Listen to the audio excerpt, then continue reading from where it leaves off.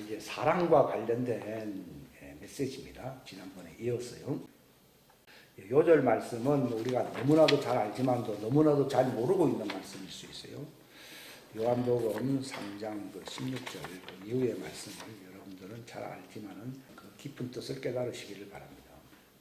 자, 우리 요한복음 3장 16절부터 다 같이 읽겠습니다. 시작. 하나님께서 세상을 이처럼 사랑하사 자신의 독생자를 주셨으니 이것은 누구든지 그를 믿는 자는 멸망하지 않고 영존하는 생명을 얻게 하려 하심이라.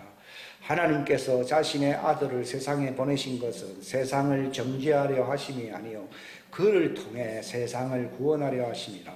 그를 믿는 자는 정죄를 받지 아니하거니와 믿지 않는 자는 하나님의 독생자의 이름을 믿지 아니하였으므로 이미 정죄를 받았느니라. 정죄는 이것이니 곧 빛이 세상에 왔을 때 사람들이 자기 행위가 악함으로 빛보다 어두움을 더 사랑한 것이니라. 이는 악을 행하는 자마다 자기 행위를 책망받을까 염려하여 빛을 미워하고 또 빛으로 나오지 아니하기 때문이라.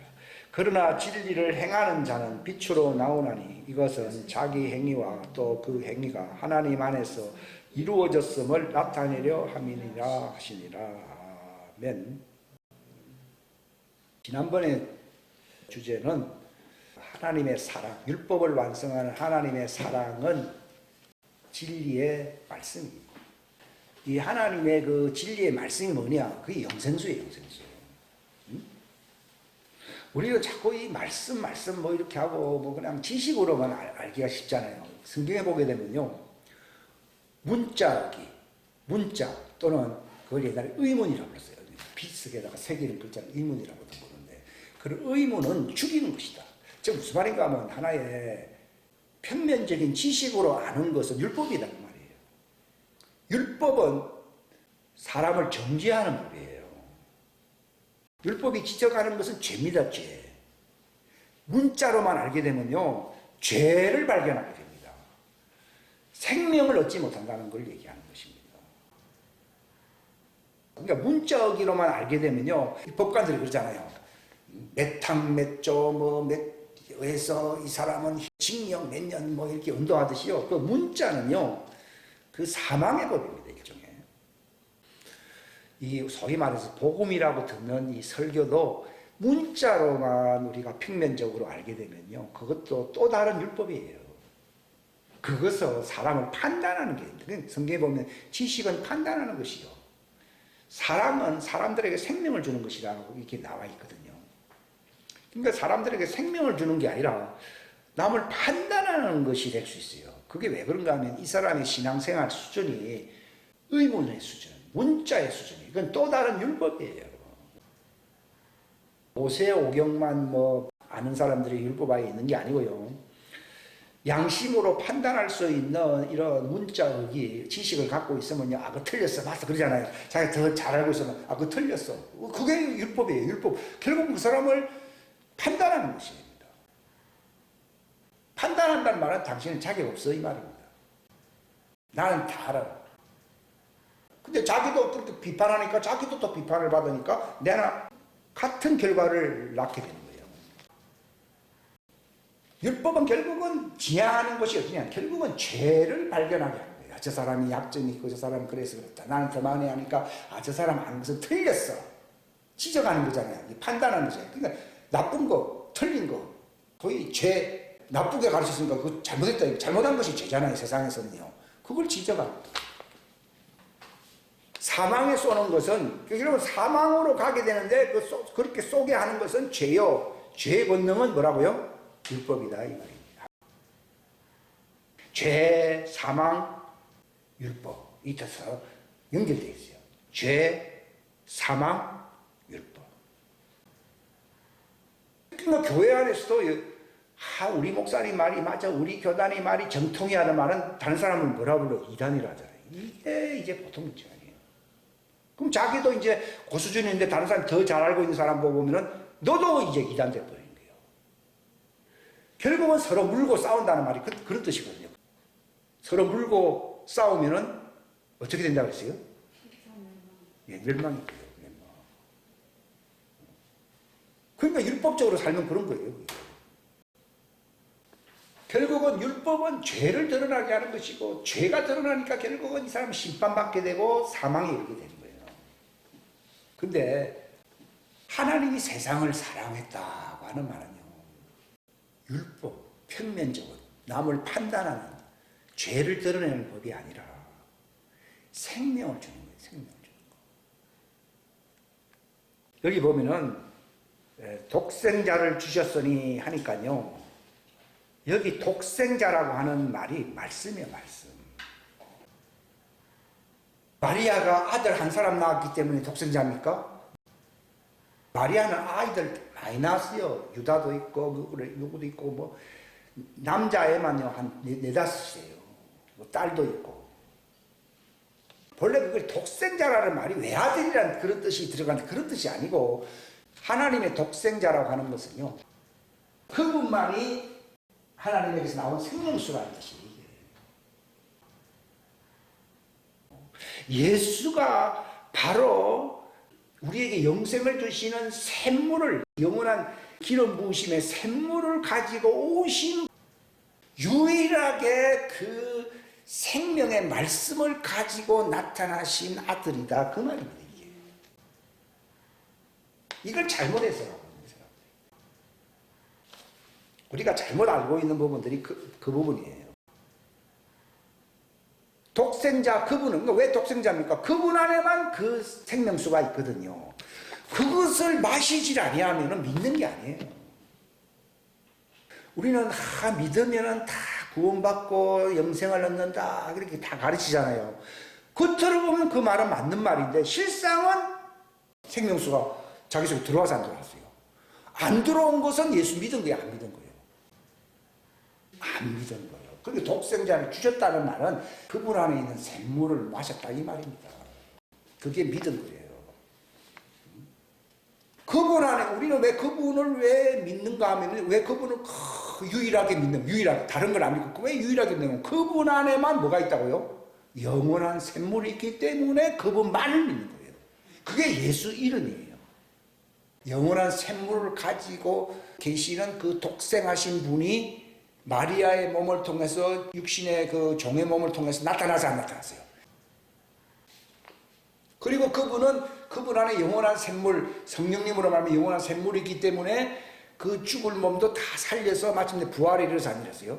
죽은 자 가운데서 부활에 이른 것을 너희가 믿으면은 구원을 받는다라고 로마서 10장에 나와 있어요. 그러니까 요한계시를 보게 되면은 그분의 이름은 하나님의 말씀이시다. 그 말은, 그 말씀은 영원한 샘물이거든요. 영원한 샘물. 영원한 샘물의 이름을 그리스도라고 부르는 거예요. 그러니까 영원한 물이 있잖아요. 영원한 샘물인 거예요. 이분 여기만 있었어요. 영계만 그분 안에 있었어요. 위에는 아버지가 계시잖아요. 하나님과 아버지와 그리스도의 신비잖아요, 이게. 근데 이걸 사람들에게 먹이려고 그러니까 그분이 육화된 사람의 이 육체 자체가 물이잖아요. 이게 육체. 이런 육화된 물 속에 영생수를 담고 와서 않았어요? 담고 오고.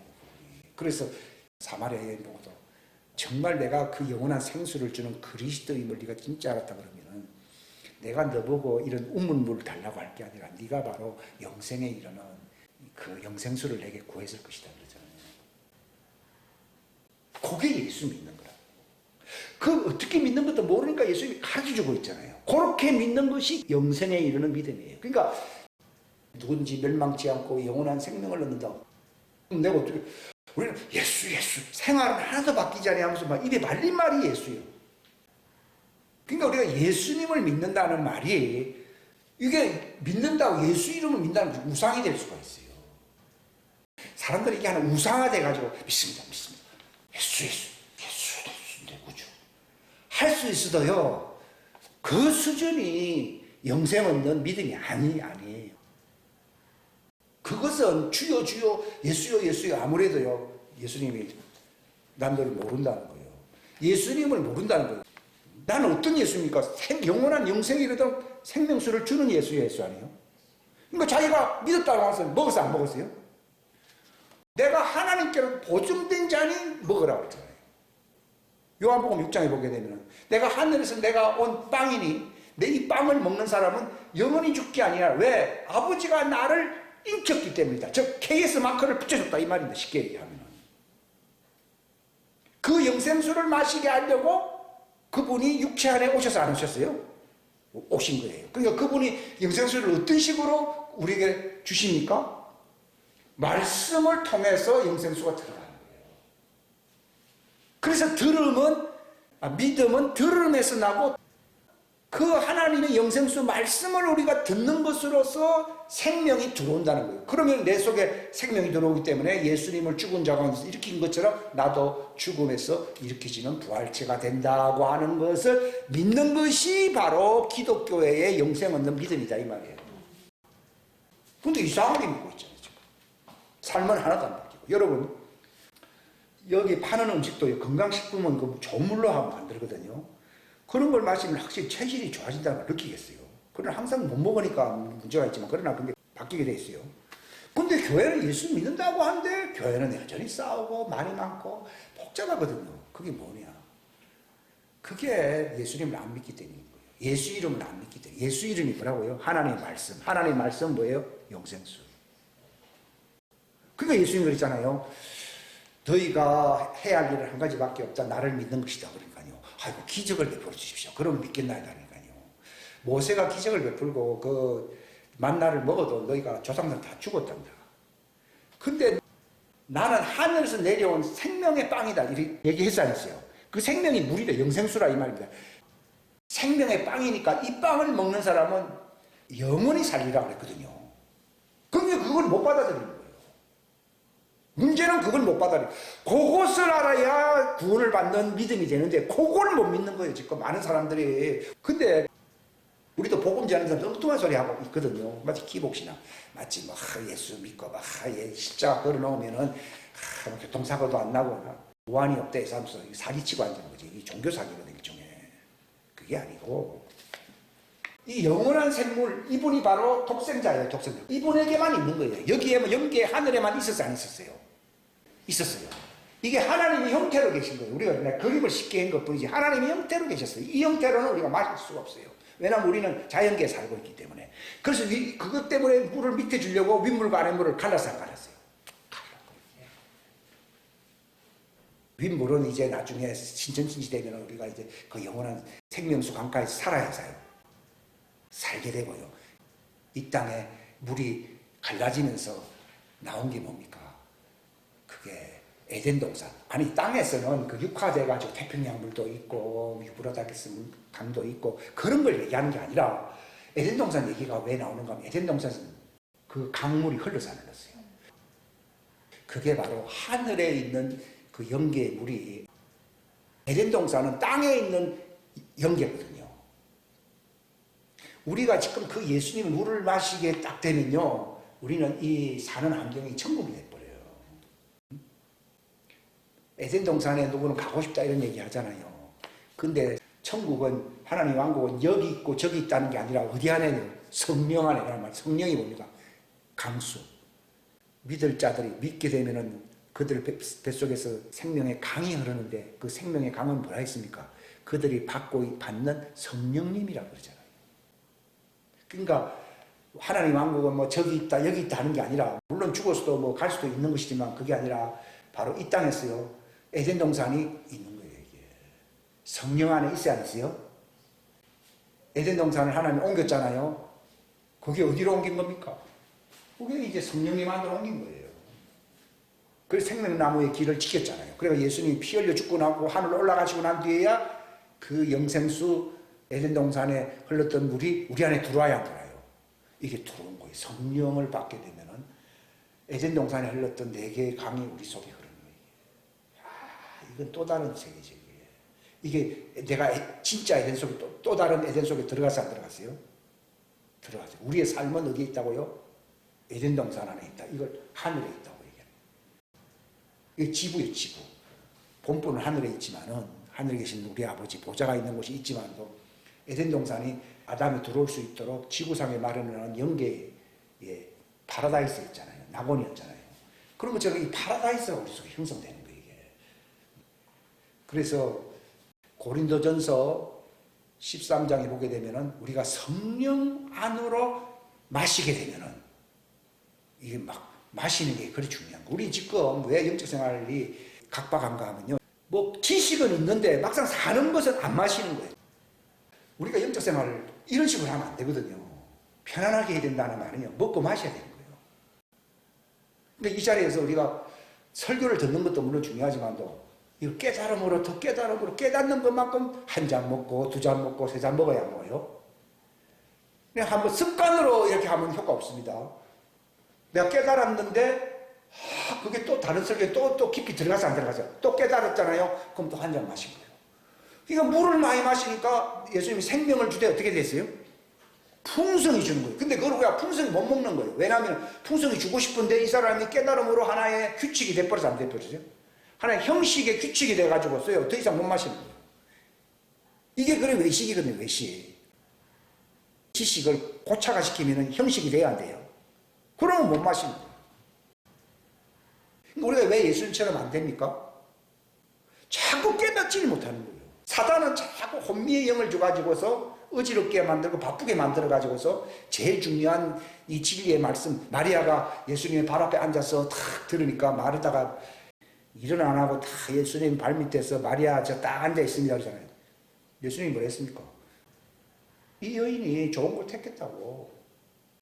그 말은 실속을 챙기고 있는 거죠. 니는 너무 분주하고 바쁘다는 거예요. 그러니까 다른 건 전부 육과 관련된 음식 차리고 집안을 뭐 어떻게 정리하고 이런 거잖아요. 실제로는 제일 중요한데 혼을, 천하보다 귀한데 혼을, 하나님의 영생수를 자꾸 깨달음으로 마셔야 돼요, 마셔야 돼요. 주야로 묵상을 해야 돼요. 주야로 묵상한다는 그 말을 자꾸 깨닫고 선포하고 깨닫고 선포하고 자꾸 한다는 거죠. 그러면 하나님의 말씀을요 너무 깨달음으로 마시게 되면요 삼점천에 가요 안 가요? 갑니다. 반드시 갑니다. 우리는 자꾸 안 마시니까 눈이 자꾸 이성의 세계 속에서 자꾸 명철하게 살려고 반듯하게만 살려고 해야 안 해요? 그러니까 여기 3차원 세계만 머물러 있는 거예요. 성경에 보게 되면 세술에 취했다는 말 있잖아요. 그게 바로 영계의 세계 속에 깊이 들어가게 함으로써 육체의 이 자연계의 어떤 법칙을 초월하게 된다 이 말이지. 그런 면에서 취한다는 뜻이에요. 근데 세상술은 사람이 몸도 망가지고 이 사람 정신세계도 망가지기 때문에 그거는 마귀가 주는 독주라고 되어 있어요. 창세기에 보게 되면요. 그거는 먹으면 안 되고 술 취하지 말라 그랬고 그러고. 그러니까 몸이 망가지는 그런 이상한 취함이 아니고 이 자연계를 통과해서 완전히 제3청천의 세계로 그 영생의 하나님 왕국 세계로 들어가야 안 들어가요? 들어가게 하는 이 성령님의 생수를 마시라 말이에요. 자꾸 마시라는 거예요. 그 제가 깨달은 것이 이걸 확실하기 전까지는 이제 주름 잡힌 이 상처가 해결이 안 되더라고요. 사람이 마실 물도 없는데 다림에 할 물이 어디 있겠어요. 근데 이걸 자꾸 마시잖아요. 넘치거든요. 잔이 넘치나야 되잖아요. 물이 막 넘치니까 이제는 내 육체 그 굴곡된 곳까지 물이 흘러야 흘러요. 이 흐르면 이게 불이 들어가지고 프레스가 돼버리거든요. 죽을 육체의 생명이 나타나야 나타나요. 나타나거든요. 이걸 자꾸 마시면 그 말을 어떻게 마시느냐. 다 마시고 싶지. 그래서 어떤 집회 가면 마실 때 입 벌린다고 맞는 게 아니라 깨달아야 되는 거예요. 근데 그걸 전하는 사람이 깨달은 말을 해야 되는 거예요. 자기도 안 마시는데 남 보고 마시라 그러거든요. 그 윗선이에요, 윗선. 저는 지금 마신 걸 얘기해요. 제가 마신 부분에 대해서 얘기해요. 그게 마리아처럼 되라고요. 실속을 차려가지고. 이 좋은 걸 택했다 그랬거든요. 이는 많은 일에 분주하나 필요한 것은 한 가지일 뿐이다. 이게 이런 집회를 하는 데가 전 미국의 완승 집회. 필요한 것은 진짜 한 가지밖에 없어요. 왜냐하면 내 혼이 잘 되면 다 나머지는 다 잘 돼야 돼요. 잘 됩니다. 사람들이 뭐 부자고 뭐 이렇게 뭐 했는데 항상 마음이 불안하고 뭔가 그 스트레스 받고 뭐 이렇게 사는 병이 걸리는 이유는 그게 혼이 잘 안 되고 있다는 얘기거든요. 근데 혼의 양식은 복음이에요, 복음. 그래서 그걸 복음이라고 그래요. 그 영생수를 깨달음으로써 마셔가지고 내 혼이 부활체가 되면은 그게 바로 예수 믿는 거예요. 깨달음으로. 근데 전해줘야 깨달을 거 아니에요. 왜냐하면 사람이 말은 수도관이에요. 설교가 필요한 건 수도관인데 수도관을 먹는다는 얘기가 아니고 수도관에서 나오는 성령의 샘물을 내가 먹게 되면 내 혼이 평안해지고 하나님의 왕국이 임해야 아니에요? 임합니다. 성령 안에서 의와 희락과 평강이 넘치면서 내가 예수님의 부활체로서 성장하면서 자라나는 거예요. 그게 복음을 전하는 거예요. 그러니까 하나님이 세상을 어떻게 살아겠습니까? 오직 유일하신 그 신성으로 태어나신 첫 태생이신 그 예수님을 이제 마리아를 통해서 자연세계에 보내시사 그에게서 그 나오시는 그 말씀을 통하여 성령님의 생수가 사람들의 뱃속에 흐르게 함으로써 영생에 이르도록 사랑했다 그 말입니다. 이처럼 사랑했다는 말이 그 뜻입니다. 그러니까 말씀을 통해서 성령의 생수를 먹고 마시게 되면 예수님의 몸이 된다고 나오잖아요. 고린도전서 12장 13절에 있죠. 성령 안으로 마심으로 우리가 그 몸 안으로 들어왔고 그분의 지체가 돼요. 예수님의 형상이 됩니다. 그 다음 또 우리가 성령 안에서 마심으로 성령 안에서 사느니라. 내 생각으로 사는 게 아니라 성령의 인도를 받고 이제는 성령 외에는 다른 건 다 그냥 구경만 하면서 지나가는 것 뿐이에요. 그러니까 신부가 되는 사람들은 성령 따로 신부 따로입니까? 성령과 신부가 같이 말을 합니까?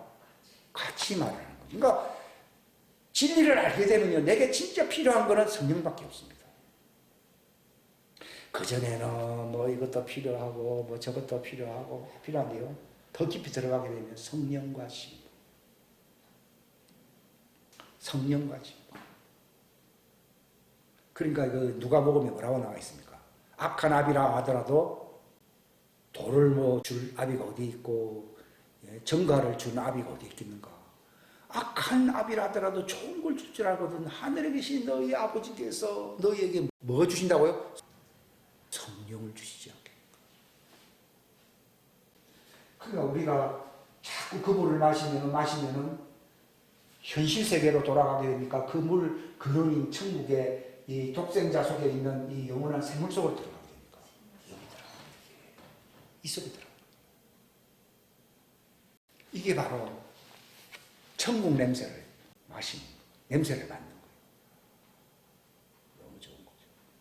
그래서 이것을 아니까 외롭지 않다. 왜냐하면 내가 지금 천국에 와 있지 않았어요? 와 있으니까 외로울 이유가 없을 뿐이니까. 사람이 갈 곳이 없으면 다 외로운 거예요. 그런데 육체는 이런 집이 필요해도요, 내 혼의 집은 아니거든요. 그러니까 외로운 거예요. 육체가 외로운 게 아니고 뭐가 외롭다고요? 혼이 외로워. 그 사람들이 왜 술을 왜 많이 마십니까? 그 외로움을 잊어버립니다. 그런데 고독감은 더 많이 들거든요. 사람들이 왜 고독감은 기쁨이 없거든요. 근데 이 물을 마시면요, 세상이 주는 기쁨이 아니라 성령 안에서 기쁨, 성령 안에서 일이 있습니다. 이 하나님의 보좌 앞에는 뭐가 충만하다고요? 기쁨이 충만하다. 옆에도 기쁨이 충만하고 즐거움이 충만하다 그러잖아요. 들어오는 게 즐거움이 들어와 버리면요, 뭐가 사라져요? 고독이. 사람이 왜 스트레스 받고 노인네가 되면 왜 힘든가 하면 나이가 많기 때문이 아니에요. 나이가 많으면 배운 것도 많아가지고 뭐 잘합니다. 근데 이제 사람들이 없어지잖아요. 외로움을 느끼는 거죠. 그 외로움이라는 게 그게 참 힘든 겁니다. 근데 저는 그걸 이길 수 있는 길을 발견한 거죠. 많이 마셔야 돼요.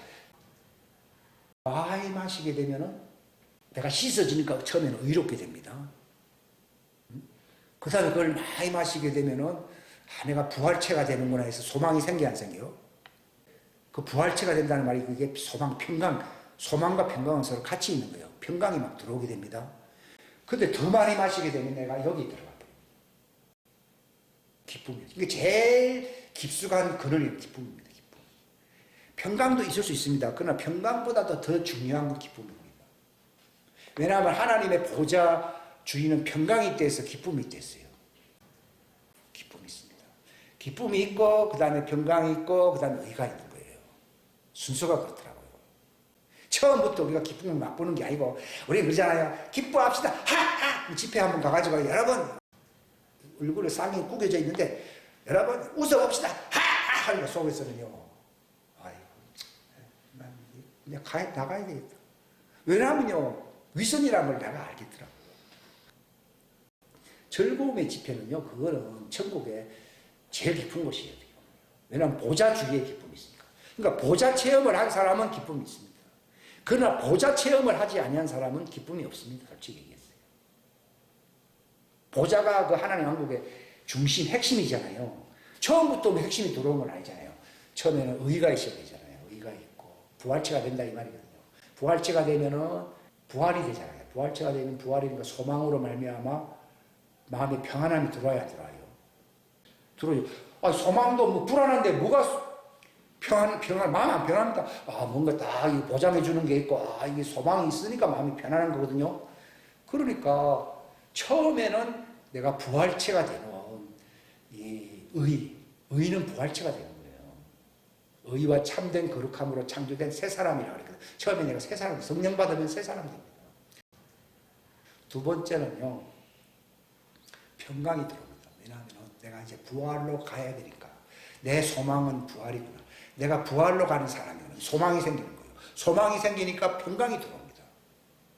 근데 아예 부활체가 아주 예수님과 똑같은 형체로서 막 성장하고 자라나게 되면은 예수님처럼 내가 주는 기쁨을 너희에게 준다고 그러잖아요. 성경에는 요한복음을 보게 되면 내 기쁨이 너희 안에 있어 너희 기쁨을 충만하게 하려면, 또 요한 1세도 보게 되면 우리가 이런 말을 하는 것은 너희 기쁨을 충만하게 하려면, 목적이 기쁨이더라고. 이게 바로 복음의 어떤 핵심이에요. 충만해지고 예수님과 막 하나가 돼버리면, 예수님과 같은 형상으로 완전히 같이 돼버리면 그때는 우리 속에 뭐가 가득하다고요? 기쁨이 충만한데, 그 기쁨이 충만한 사람을 신부라고 부른다는 거죠. 성령에 익은 열매는, 완성된 열매인 신부는 뭐가 충만하다고요? 기쁨이 충만합니다. 물론 평강은 말할 것도 없고, 뭐 부활체가 됐으니까 의가 있는 거는 뭐 그건 기본이고, 의는 기본입니다. 기쁨이 충만하게 됩니다. 이 기쁨이 충만하게 될 때 사도들이 감옥에 들어가서도 노래를 불러야 불러요. 그들이 순교자가 됩니다. 순교할 수 있는 힘은 슬픔에 있습니까? 기쁨에 있습니까? 기쁨에 있습니다. 순교할 수 있는 능력은 기쁨에 있습니다.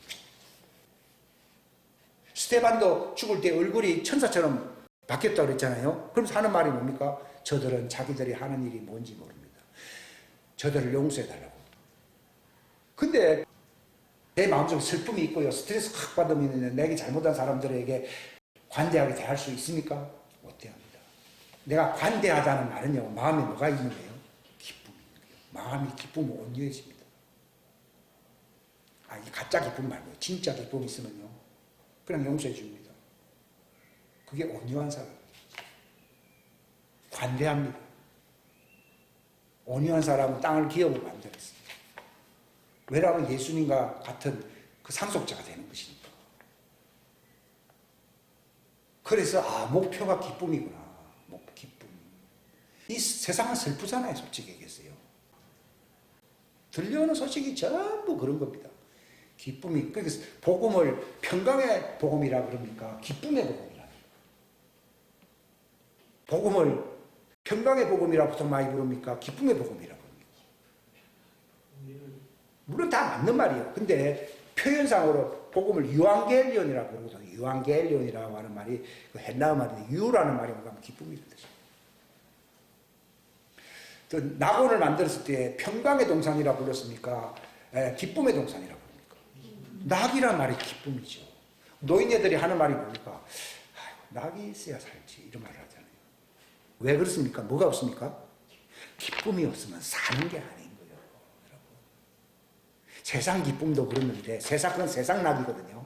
근데 하나님의 왕국은요, 뭐가 충만한 것이냐? 기쁨이.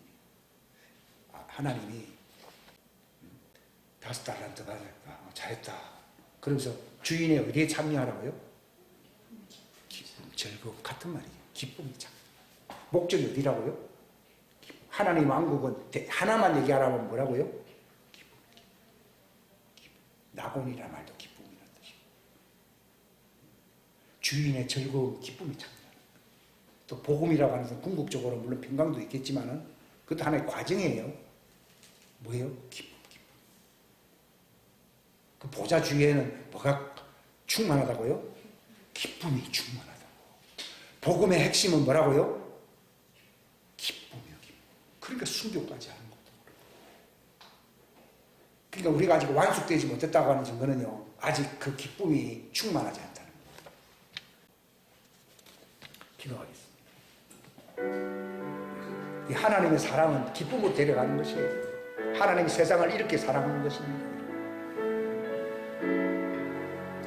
아가스에 보게 되면은 사과나무 아래서 내가 너를, 우리 사과나무가 우리 마음을 시원하게 하는 것입니다. 사과는 시원하게 하잖아요. 그게 우리에게 기쁨을 주기 위해서 우리를 사과나무로 예수님이 초대했다. 복음은 바로 사과나무. 사과나무 아래서, 여기 아가스 기록되어 있는데 여러분 보시기 바랍니다. 다른 성경 기절도 보시기 바랍니다. 이 기쁨의 복음입니다. 하나님이 이렇게 사랑한 것입니다. 그 영원한 생명수 샘물을 우리에게 주시는 겁니다. 그러나 그 물을 마시는 사람은 다시는 목마르지 않다고 되어 있습니다. 다시는 슬픔이 오지 않습니다. 다시는 괴로움이 없습니다. 이 물을 마시는 사람은 그 배에서 생수의 강이 흘러넘친다고 말했습니다. 이게 기쁨의 샘입니다. 주님 감사합니다. 귀한 시간 주셔서 감사합니다. 이 기쁨의 샘물을 마시게 하옵소서. 이 복음의 생수를 마시게 하옵소서. 하나님이 세상을 이처럼 사랑하사 독생자 그 영원한 샘물을 우리에게 말씀을 통하여 우리가 그 말씀을 깨달음으로 우리가 이 샘물을 마시나이다. 마심으로써 우리에게 의의 부활체가 되는 것이고, 마심으로써 우리 속에 평강의 부활에 이르는 소망이 넘치게 될 것입니다. 또 마심으로써 우리는 영원한 기쁨에, 그 영원한 하나님의 즐거움에 참여할 것입니다. 주인의 즐거움에 참여할 것입니다. 하나님이 이 놀라운 유앙겔리온 이 복음의 실체를 깨닫게 하사 우리로 하여금 그 영원한 하나님의 왕국의 극락의 세계로 들어가는 자들이 되게 하여 주옵소서. 함께하여 주시기를 바라옵고 예수님의 이름 받들어 기도하옵나이다. 아멘.